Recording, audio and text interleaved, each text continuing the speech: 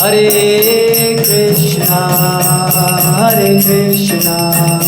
Krishna Krishna, Hare Hare, Hare Rama, Rama Rama, Hare Hare.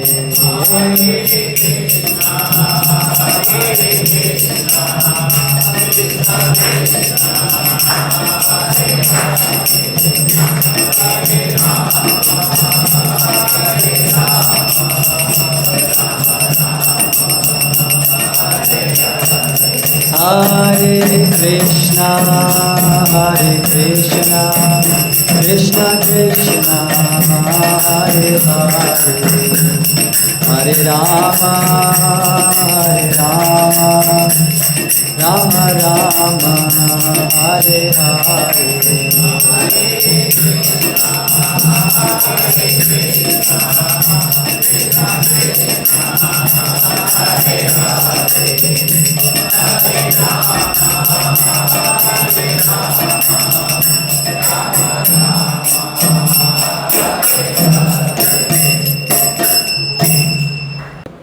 ॐ अज्ञानतिमिरान्धस्य ज्ञानाञ्जनशलाकया चक्षुरुन्मीलितं येन तस्मै श्रीगुरवे नमः। श्रीचैतन्यमनोभीष्टं स्थापितं येन भूतले स्वयं रूप कदा मह्यं ददाति स्वपदान्तिकं।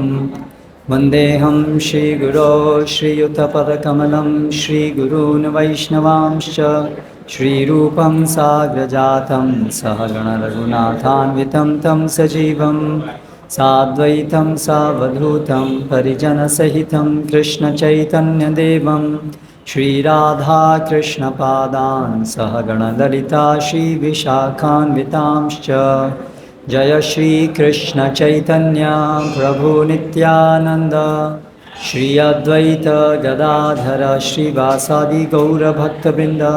हरे कृष्णा कृष्ण कृष्ण हरे हरे, हरे राम राम राम हरे हरे। आज हमारा चर्चा का विषय है पाश्चात्य विचार एवं जीवन शैली का गुलाम भारत।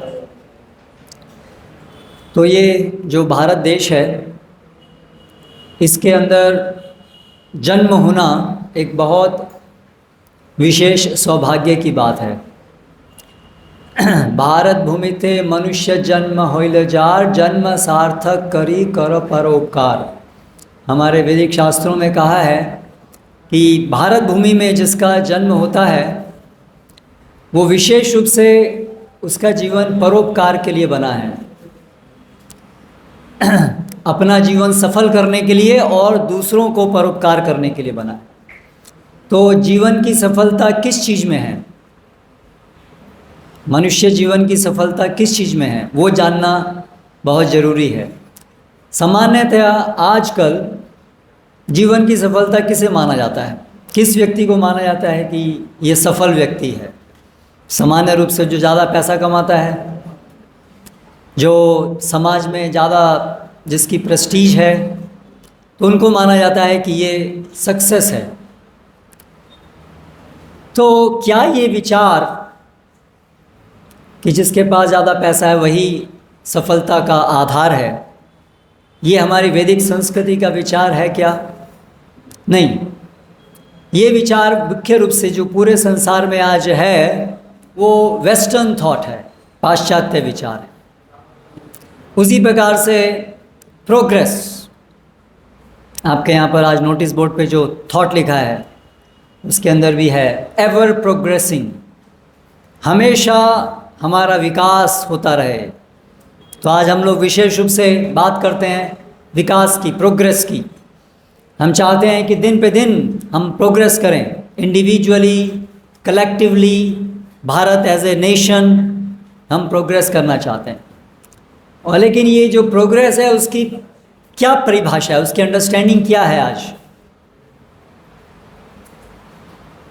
किसे हम प्रोग्रेस मानते हैं? Anyone of you? How will you define progress? प्रगति मतलब क्या? कोई विद्यार्थी बताना चाहेंगे?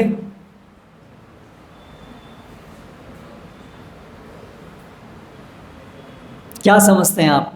प्रोग्रेस तो हम सब करना चाहते हैं ना, हम चाहते हैं भारत प्रगति करे, हम चाहते हैं हम प्रगति करें, लेकिन प्रगति मतलब क्या करें? क्या है प्रगति का मतलब?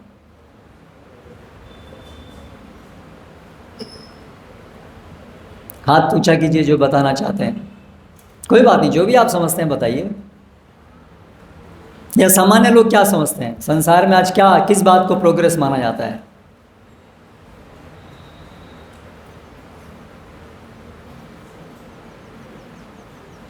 Don't hesitate, just tell whatever you have understood, जो भी आपने जो समझते हैं।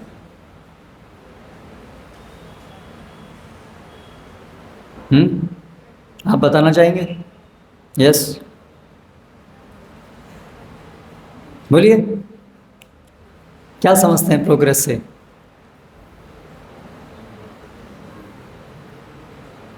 डरिए मत, यहाँ कुछ आपको फाइन नहीं लगने वाला।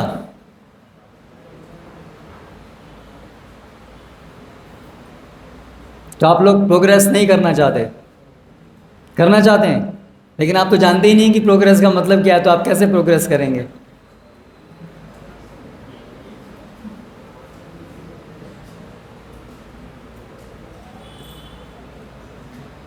आप बताना चाहते हैं?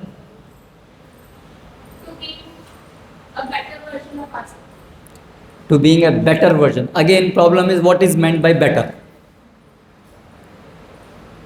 बेटर को आप कैसे निर्धारित करेंगे? क्या क्या चीज़ से आप एनालाइज करेंगे ये बेटर हो गया? In what terms? In terms of knowledge, okay, very good. Experience, knowledge of what? Knowledge of nature, knowledge of world around. In terms of experience, good, okay. Anybody else? और इसमें कुछ add करना चाहते हैं? Definition of progress. Come up, बोलिए। Boys में से कोई?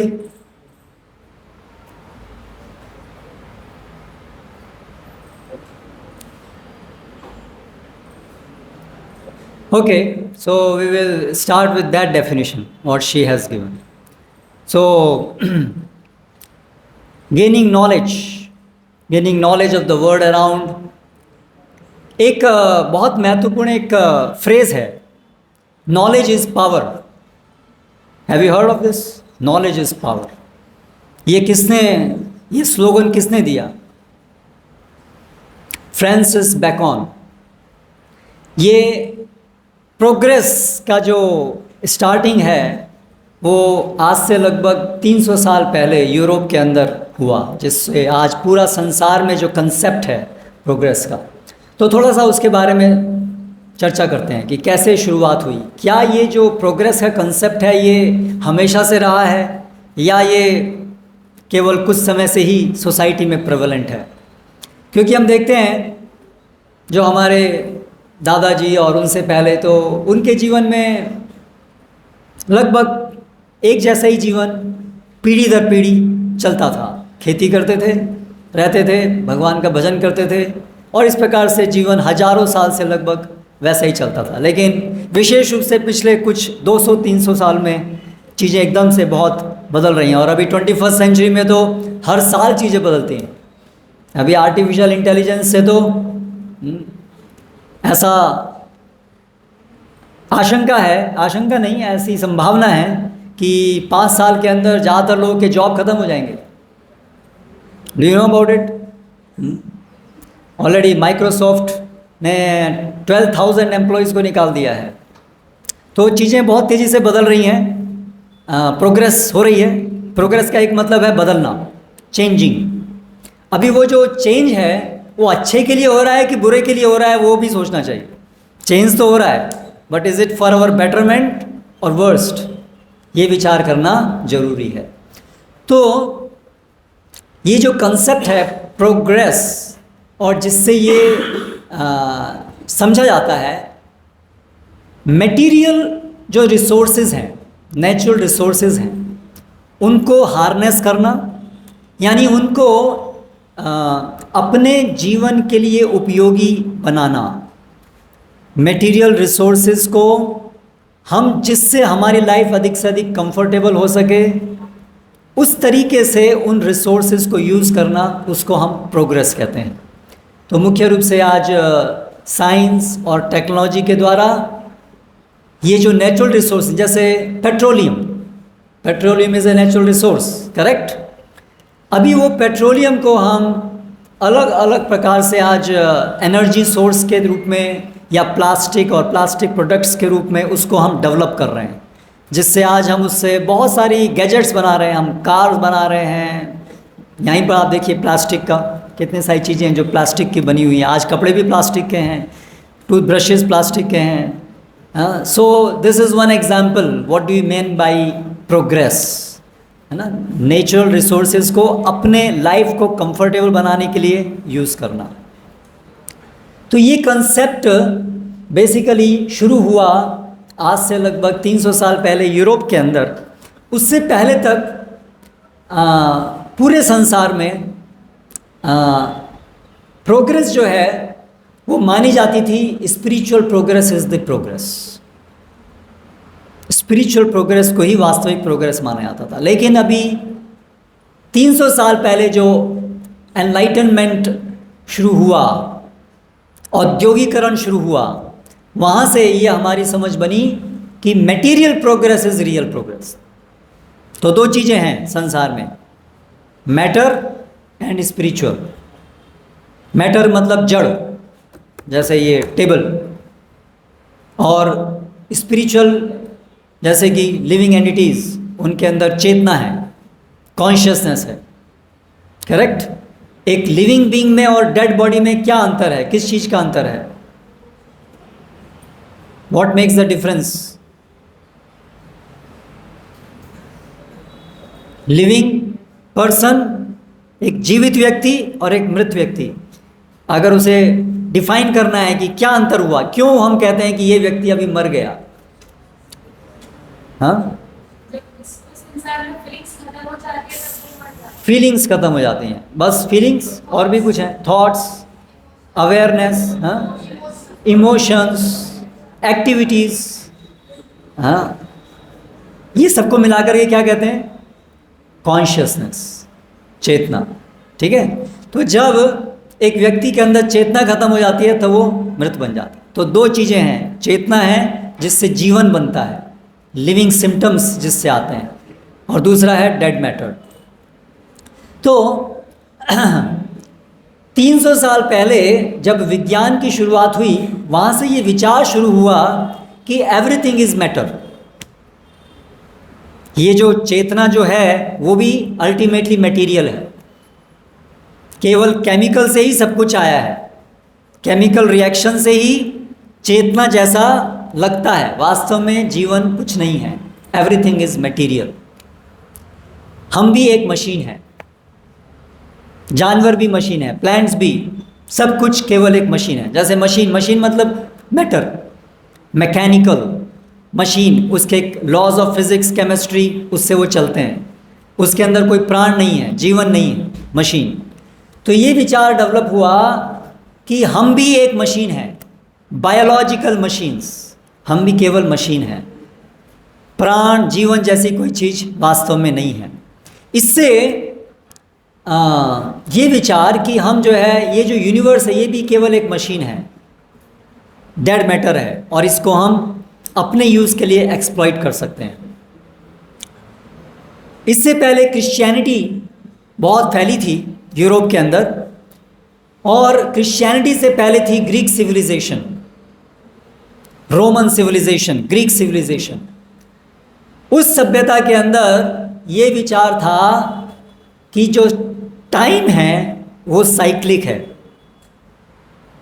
साइक्लिक मतलब समय घूमता है, जैसे अभी दिन है, फिर रात, फिर दोबारा से दिन, फिर रात। अभी बारिश का समय है, उसके बाद में फिर सर्दी आएगी, सर्दी के बाद में फिर ग्रीष्म ऋतु आएगी, ग्रीष्म के बाद फिर से बारिश। तो ये क्या है? साइक्लिक, एक साइकिल के अंदर घूमता है समय। लेकिन क्रिश्चियनिटी का जब उदय हुआ, कितने साल पहले? जीसस क्राइस्ट कितने साल पहले आए? हिस्ट्री आप लोग पढ़ते हैं? क्रिश्चियनिटी कितने साल पुरानी है?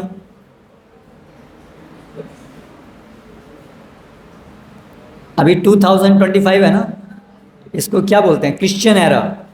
क्रिश्चियन एरा मतलब स्टार्टिंग फ्रॉम जीसस क्राइस्ट, जब क्राइस्ट, तो इसलिए आज संसार की जो समय की गणना है उसके अनुसार होती है। तो 2000 साल पहले क्रिश्चियनिटी शुरू हुई ग्रीक सिविलाइजेशन के बाद। तो वहाँ पर ये कंसेप्ट क्रिश्चियनिटी में क्या है कि 6000 साल पहले भगवान ने ये संसार बनाया, दैट इज़ अ कंसेप्ट, ठीक है। और तब से ये संसार चल रहा है ऐसे लीनियर।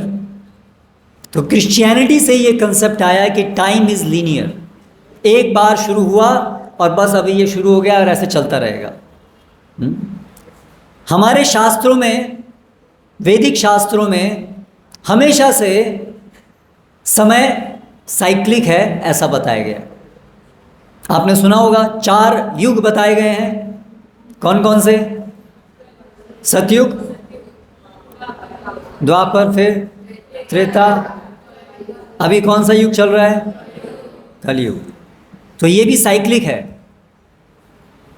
सतयुग के बाद त्रेता, द्वापर, फिर कलयुग, और कलयुग के बाद फिर से सतयुग, फिर से त्रेता। ये है साइक्लिक, ठीक है। यानी कि साइकिल के अंदर कोई प्रोग्रेस जैसी नहीं है, क्योंकि साइकिल है ना, गोल गोल घूमता है। आज नीचे हैं, कल ऊपर जाएंगे, फिर से नीचे आएंगे, फिर ऊपर जाएंगे, फिर से नीचे आएंगे। तो इस तरह से समय साइक्लिक है, और उस प्रकार से ये भौतिक जगत जो है उसका सृजन होता है, एक समय तक रहता है, और फिर उसका प्रलय होती है। जैसे कोई भी मटेरियल चीज़ है, जैसे कोई बिल्डिंग है, हर एक बिल्डिंग का एक टाइम होता है। जैसे ये कॉलेज की बिल्डिंग है तो इसका भी एक टाइम होगा कब ये बिल्डिंग बनाई गई, करेक्ट। कुछ समय तक ये बिल्डिंग रहेगी, हमेशा तो नहीं रहेगी, और एक समय के बाद में ये बिल्डिंग रहने लायक नहीं रहेगी, टूट जाएगी, फिर दोबारा से कुछ बनेगा। तो ये मटेरियल, जो भी चीज़ जड़ होती है, उसका ये गुण होता है कि उसका एक टाइम होता है जब वो क्रिएट होती है, कुछ समय तक रहती है, और फिर एक टाइम होता है जब वो ख़त्म हो जाती है। भगवद गीता में इस बात को बताया है, जातस्य ही ध्रुवो मृत्यु ध्रुवम जन्म मृतस्य च। जिस चीज़ का भी जन्म होता है उसका मरण निश्चित है, और मरण के बाद दोबारा जन्म निश्चित है। ये साइक्लिक बार बार होता है। भगवद गीता में बताया है कि ये जो मटेरियल वर्ल्ड है, यूनिवर्स जिसमें हम रह रहे हैं, भूत्वा भूत्वा प्रलीयते। हमारे वैदिक शास्त्रों के अनुसार ये जो संसार है ये सृजन हुआ 6000 साल पहले नहीं, लाखों लाखों लाखों साल पहले। और एक बार नहीं, ऐसा बार बार क्रिएशन होता है। हाँ, कुछ समय तक रहता है, कुछ समय मतलब लाखों करोड़ों करोड़ों करोड़ों साल, पर वो भगवान के केवल एक श्वास के बराबर है, इसलिए कुछ समय, और फिर ये खत्म हो जाता है, लेकिन फिर दोबारा से क्रिएट होता है। तो साइक्लिक है, ठीक है। उसी प्रकार से ये शरीर, हमारा सबका एक जन्म तिथि है, डेट ऑफ बर्थ, करेक्ट। फिर हम अभी हैं, फिर एक समय आएगा डेड, मर जाएंगे, ठीक है। तो ये कौन मरेगा? बॉडी। जन्म किसका हुआ? बॉडी का। मरेगा कौन? बॉडी। लेकिन हम मरेंगे क्या? हम मरेंगे या नहीं? कितने लोग सोचते हैं कि हम मरेंगे? हम जब जन्म हुआ तब से हमारा जीवन शुरू हुआ, जब मरण होगा तो सब कुछ खत्म हो जाएगा। आप में से कितने लोग ऐसा सोचते हैं? Please raise your hands. प्रश्न तो समझ में आया? I don't hear anything from this side, neither yes not no. आप कुछ सुन रहे हैं कि नहीं सुन रहे हैं? कुछ समझ में आ रहा है कि नहीं आ रहा है? ठीक है। एक प्रोपोजिशन है कि हमारा जब जन्म हुआ तब से हमारा जीवन शुरू हुआ, उससे पहले हम नहीं थे,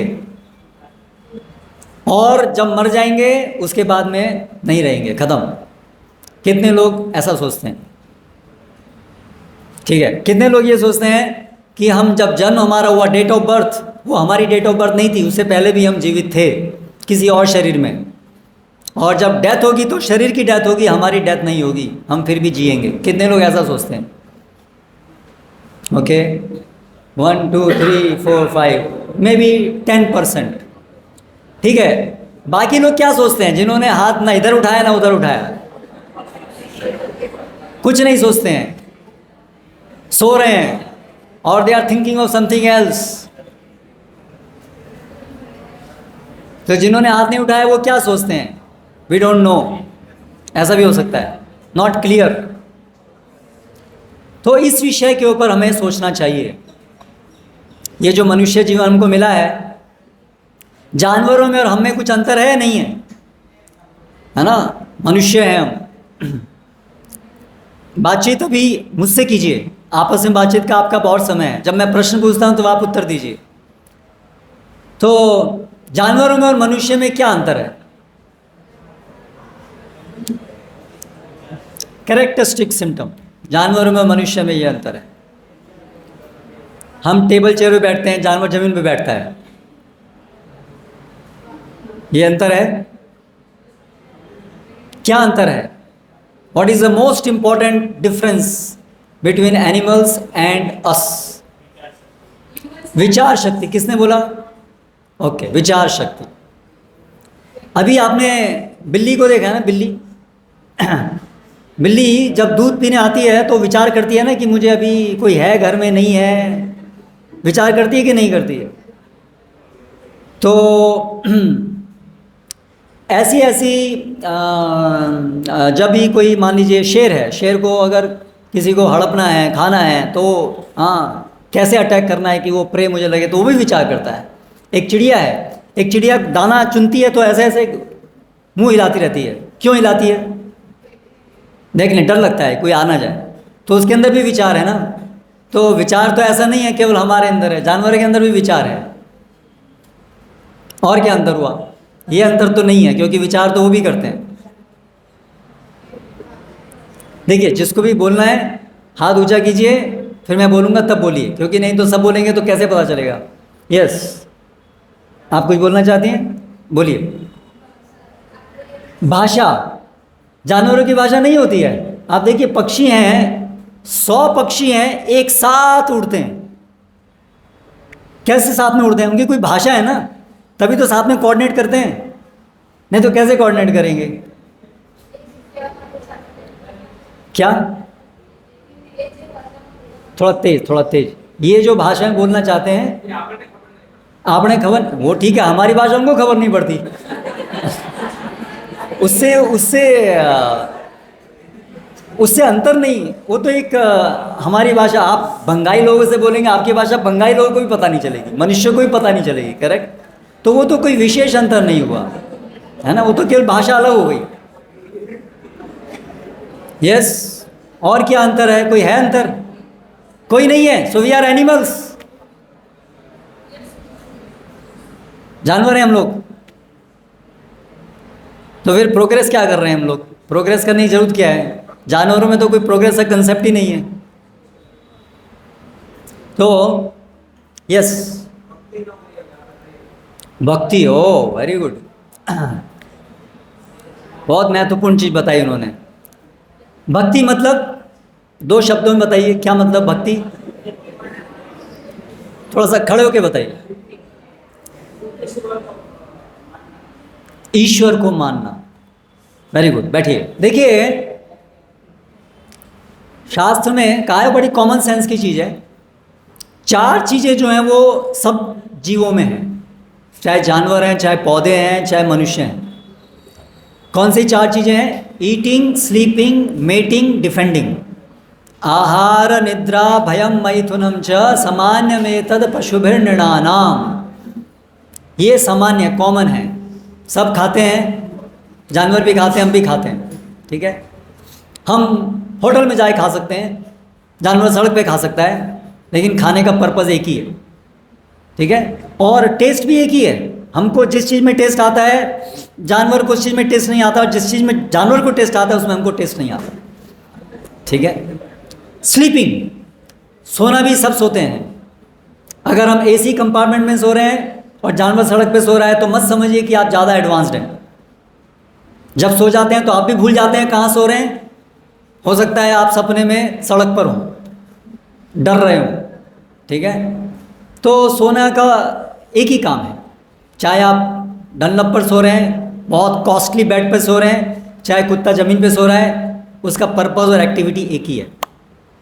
देन संतान उत्पत्ति करना, वो भी सभी करते हैं, वो भी कोई स्पेशलिटी नहीं है। अपना बचाव करना, लड़ाई करना, झगड़ा करना, शायद जानवरों से ज़्यादा आजकल हम लड़ाई करते हैं। हाँ, तो वो भी एक्टिविटी कॉमन है। तो विशेषता ये क्या है, विशेष अंतर क्या है? हम सोचते हैं हम ज़्यादा इंटेलिजेंट हैं, हम कार बनाते हैं, हम एयरप्लेन्स बनाते हैं जो क्रैश हो जाते हैं। लेकिन जानवर जो हैं वो एयरप्लेन नहीं बना सकते, जानवर जो हैं ये सब नहीं बना सकते। लेकिन जो एयरप्लेन हम बना रहे हैं या मार्स पे जा रहे हैं का सोच रहे हैं, अल्टीमेटली उन सब से हम क्या करते हैं? Ultimately eating, sleeping, mating, defending, it boils down to that. Ultimately उन सब में हम यही तो करते हैं, है ना। एयरप्लेन में जाके खाते हैं, बैठ के घूमने जाते हैं, ईटिंग, स्लीपिंग, मेटिंग, डिफेंडिंग, यही सब काम करते हैं। So ultimately everything boils down to this 4 things. तो इसलिए ये चीज़ें जो हमें डिस्टिंग्विश नहीं करती हैं, मेन चीज़ है कि मनुष्य के अंदर, आपने कहा ना विचार शक्ति है, पर कौन सा विचार? ये विचार कि आखिर मेरी मृत्यु आएगी, मृत्यु के बाद क्या होगा, क्यों मुझे मरना पड़ता है, मैं नहीं चाहता हूँ मरना, फिर भी मुझे क्यों मरना पड़ता है, इस संसार में ये दुख क्यों है, दुख का निवारण कैसे हो। अल्टीमेटली जो हम प्रोग्रेस करना चाहते हैं उसके पीछे हमारा ध्येय क्या है? We want to be happy. सही बात है ना, हम लोग सुखी होना चाहते हैं, सुखी रहना चाहते हैं। और यानी कि हम देखते हैं कि इस जगत में दुख है, बुढ़ापा है, बीमारी है, ठीक है, एक्सीडेंट्स, बहुत प्रकार के दुख हैं। ठीक है, इंटरपर्सनल रिलेशनशिप की वजह से दुख है, और अल्टीमेट डेथ है, महान दुख। हम कोई भी दुखी नहीं होना चाहते हैं, हम सभी सुख चाहते हैं, सुखी रहना चाहते हैं। हम सब चाहते हैं कि हम हमेशा सुखी रहें, ऐसा नहीं कभी सुखी रहें कभी दुखी रहें, कभी सुखी रहें कभी दुखी रहें, हम हमेशा सुखी रहना चाहते हैं। लेकिन हम सब क्या देखते हैं, कोई व्यक्ति हमेशा सुखी नहीं है, चाहे करोड़पति है, चाहे बहुत इंटेलिजेंट है, चाहे कोई बहुत सुंदर है, लेकिन इससे हम सुखी नहीं होते हैं। तो इसीलिए जो मनुष्य जीवन की विशेषता है, ये प्रश्न करना कि आखिर ये सब दुखों का कारण क्या है, आखिर ये सृष्टि क्यों की गई है, आखिर मैं यहाँ पर क्यों हूँ, मैं कहाँ से आया हूँ, जन्म आखिर क्यों दिया गया है, हु इज़ कंट्रोलिंग मी, हमको कोई कंट्रोल कर रहा है कि नहीं कर रहा है ना। हम लोग अपने इच्छा से किसी माता के घर में नहीं आए, we did not choose our mother and father, है ना। हम अपनी इच्छा से बड़े नहीं हो रहे हैं, we are controlled every moment, है ना। हम बूढ़ा होते हैं, हम रोक सकते हैं बूढ़ा होने को? नहीं रोक सकते। So we are controlled. तो अगर कोई हमें कंट्रोल कर रहा है तो प्रश्न उठना चाहिए, who is controlling us and why, हमें क्यों और कौन कंट्रोल कर रहा है। ये जो प्रश्न है ये जानवर नहीं कर सकते। अगर जानवरों को कत्ल खाने में जैसे होता है, एक के बाद एक को मारा जाता है, तो लाइन लगी हुई है, एक के बाद एक बकरियों को मारा जा रहा है। अगर आप 10वीं बकरी को घास देंगे तो आराम से खाएगी, है ना।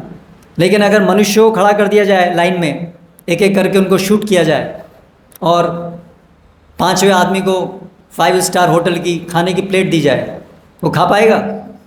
नहीं खा पाएगा, है ना। क्योंकि उसके अंदर चेतना है, वो देख रहा है मेरी मृत्यु होने वाली है, मुझे बचना चाहिए। तो हम सबकी मृत्यु होने वाली है, ठीक है, आज नहीं कल, 10 साल बाद, 20 साल बाद, लेकिन निश्चित है। तो हमारे अंदर ये विवेक शक्ति है कि हम ये सोच सकते हैं कि ये मृत्यु क्यों आती है, हम क्यों मरते हैं, ना मरना पड़े इसके लिए क्या कर सकते हैं, क्या करना चाहिए, संभव है या नहीं है, is it possible to not die or not. ये प्रश्न केवल मनुष्य कर सकते हैं। इसीलिए जो अलग अलग योनियां हैं, अलग अलग जीवन हैं, प्लांट्स, एनिमल्स, उन सब में ये जो मनुष्य जीवन अभी हमें मिला है ये सबसे अधिक महत्वपूर्ण है। 84 लाख योनियों में जाने के बाद ये जीवन मिलता है। तो ये हमारा एकमात्र जीवन नहीं है ना। कैसे हम इस पे विश्वास कर सकते हैं? इसी जीवन में हम देखते हैं कि शरीर हमारा मरता है। इस बात को जानते हैं हम? इसी जीवन में हमारे कई शरीर मरते हैं। जब हमारा जन्म होता है, छोटा सा हम बच्चे का शरीर था, आज वो शरीर है? आज वो शरीर नहीं है। मेडिकल साइंस के द्वारा भी ये स्थापित है कि हर 7 साल में हमारा शरीर मर जाता है और हमें नया शरीर मिलता है। हर 7 साल में हमारे शरीर मॉलिक्यूल्स का बना हुआ है, वो सारे के सारे मॉलिक्यूल्स मर जाते हैं। हर 7 साल में नए मॉलिक्यूल्स आ जाते हैं, लेकिन वो मरना धीरे धीरे होता है। हर दिन थोड़ा थोड़ा मरते हैं हम, इसलिए हमें पता नहीं चलता है। लेकिन 7 साल में हमारा शरीर पूरा मर जाता है और नया शरीर आ जाता है। लेकिन हमें लगता है कि हम मरे। आपकी एज 18, 19, 20 ऐसे कुछ होगी, तो अभी तक आप कम से कम 2 बार मर चुके हैं इसी जीवन में, आपका शरीर। लेकिन आप नहीं मरे, आपको अनुभूति नहीं हुई कि आप मरे, है ना। आपने अपने शरीर को मरता हुआ देखा है, ठीक है। हम मिरर में देखते हैं, धीरे धीरे झुर्रियाँ पड़ेंगी, बाल सफ़ेद होंगे, ओ ये शरीर बूढ़ा हो रहा है, ये शरीर बूढ़ा हो रहा है। आप देख रहे हैं, यानी कि देखने वाला अलग है और जिस चीज़ को आप देख रहे हैं वो अलग है ना। तो इसलिए 2 चीज़ हैं, शरीर है और एक शरीर में बैठे हुए हम हैं, ठीक है।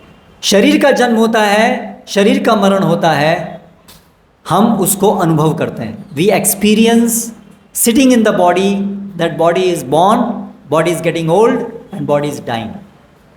तो ये पुनर्जन्म का विज्ञान है। और आज ऐसे बहुत सारे फैक्टर्स, बहुत सारी ऐसी नॉलेज आज अवेलेबल है जिसके द्वारा ये समझा जा सकता है कि वास्तव में जो ये डेथ होती है ये हमारी डेथ नहीं है, ये केवल शरीर की डेथ है। We live after that. आप जानते हैं ऐसे बहुत सारे केसेस हैं जहाँ पर बच्चों को अपने पुनर्जन्म का याद रहता है, पूर्व जन्म का याद रहता है। ऐसे आप गूगल में भी सर्च कर सकते हैं, there are so many cases. ऐसे एक सोल्जर का केस था जिसमें वो छोटा सा बच्चा था, उसको सपने में हमेशा ऐसे वो बोलता रहता था कि मेरे को गोली लगी और मैं जहाज़ उड़ा रहा था, मेरे को ऐसे ऐसे बोलता था। और धीरे धीरे उसके पेरेंट्स ने ऑब्ज़र्व किया कि उसको बहुत कुछ पता है एयरप्लेन्स के बारे में, फाइटर एयरप्लेन्स के बारे में। और वो कुछ धीरे और बड़ा हुआ तो कुछ नाम लेने लगा, मेरा ये नाम है, मेरा फ्रेंड था, हम दोनों एयरप्लेन उड़ा रहे थे और मेरा प्लेन क्रैश हो गया।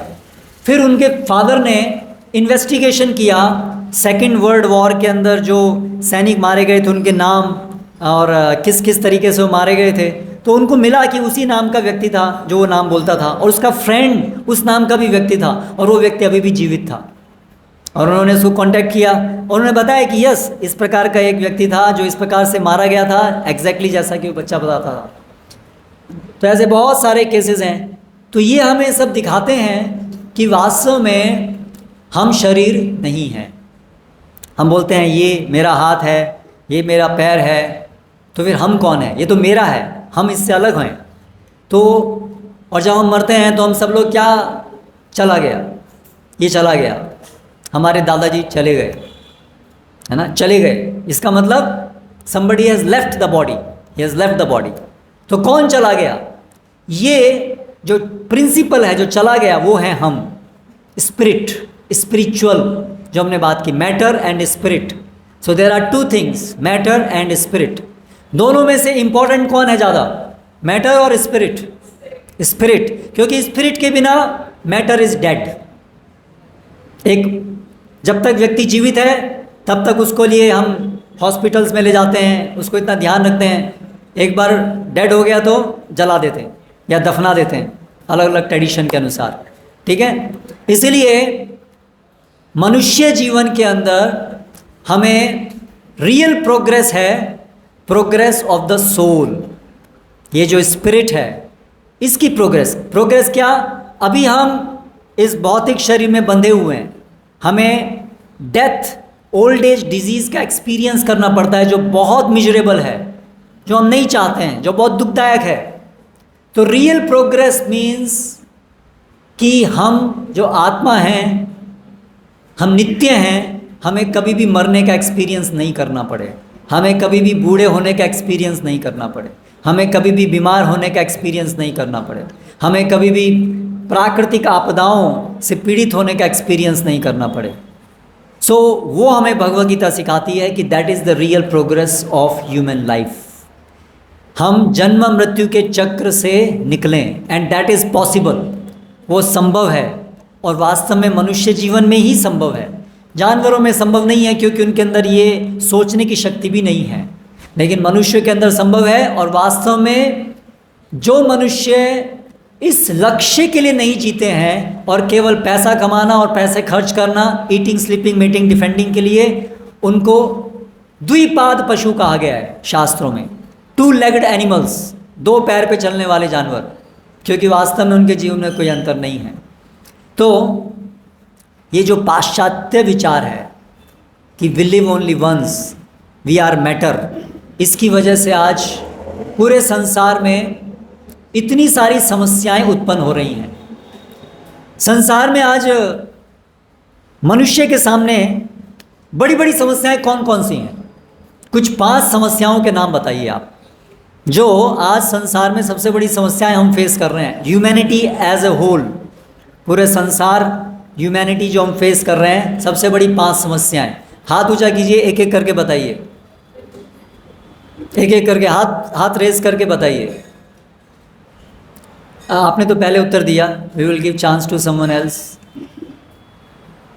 Yes, diabetes, okay. क्या? लायबिलिटीज, लायबिलिटीज, जवाबदारी। जवाबदारी कैसे समस्या है? एग्जैक्टली क्या कहना चाहते हैं? नहीं, आप उसको थोड़ा एक्सप्लेन कीजिए। करियर बनाओ माटे, तो उसमें समस्या क्या है?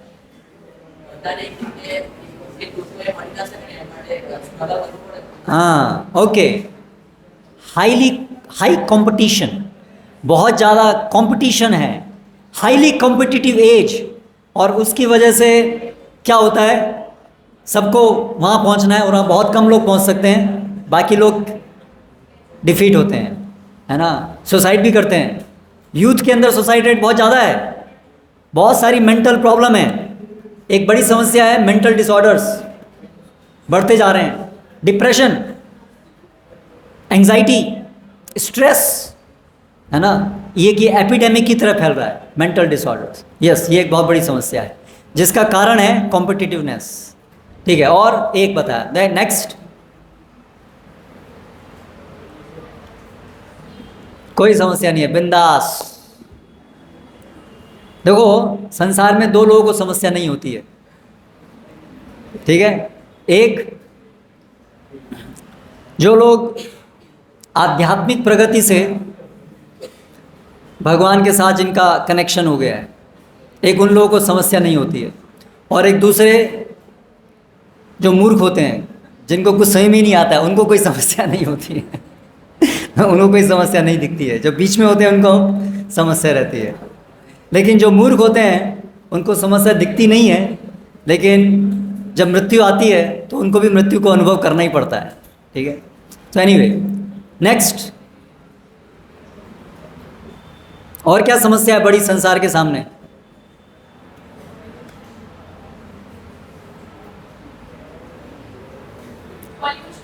क्या?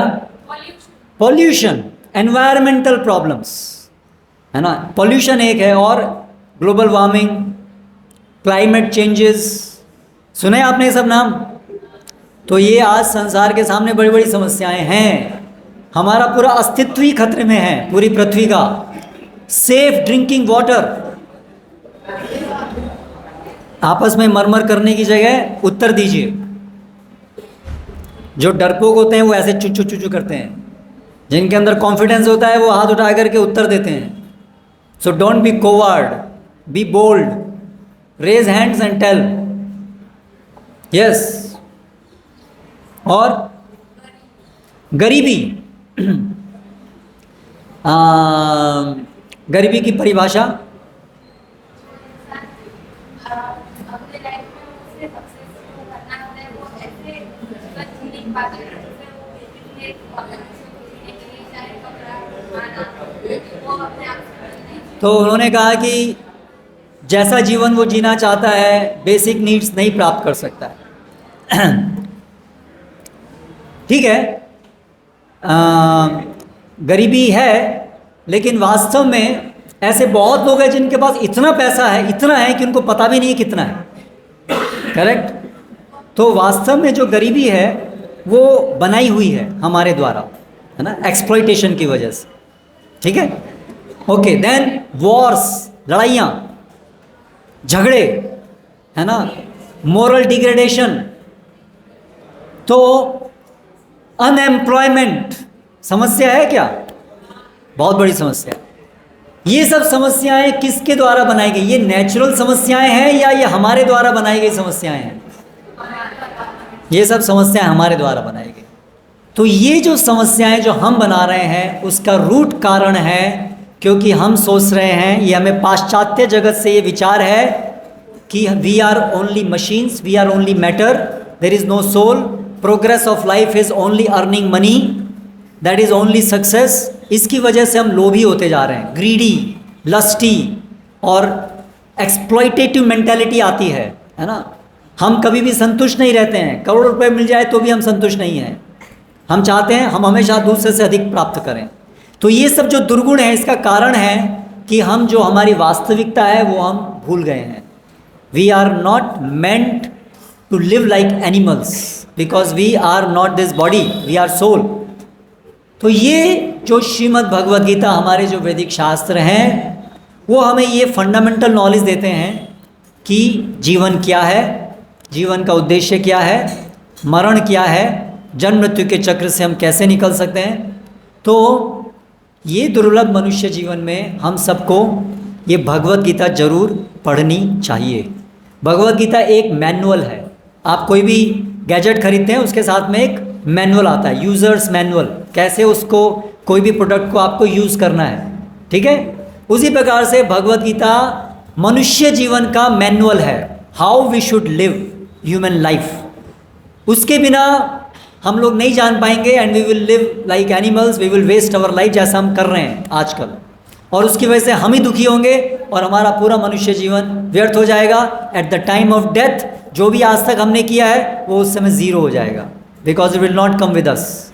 तो इसीलिए हमारा आपसे ये रिक्वेस्ट है कि आप लोग जो आपको ये इतना अच्छा मनुष्य जीवन मिला है, भारत भूमि में मिला है, आपके पास आपके घर परिवार सब अच्छे घर से, अच्छा इन द सेंस आपके पास कोई बड़ा फाइनेंशियल क्राइसिस नहीं है। आप लोग अपने इस अवसर को, अपॉर्चुनिटी को यूज़ कीजिए, भगवद गीता को पढ़ करके ये जीवन के बेसिक्स को समझने के लिए और उसके अनुसार अपने जीवन को मोल्ड कीजिए।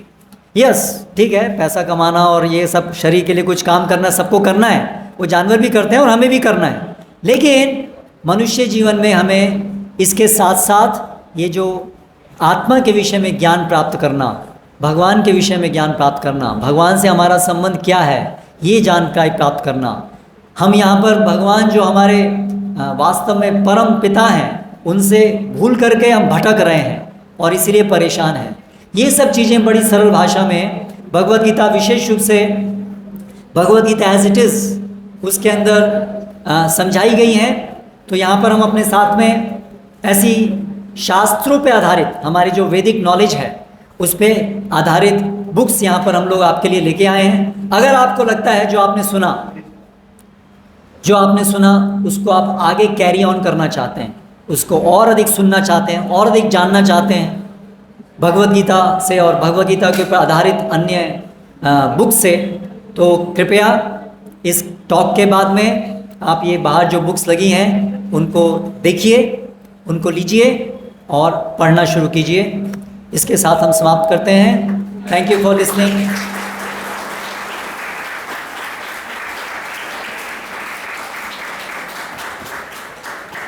हरे कृष्ण।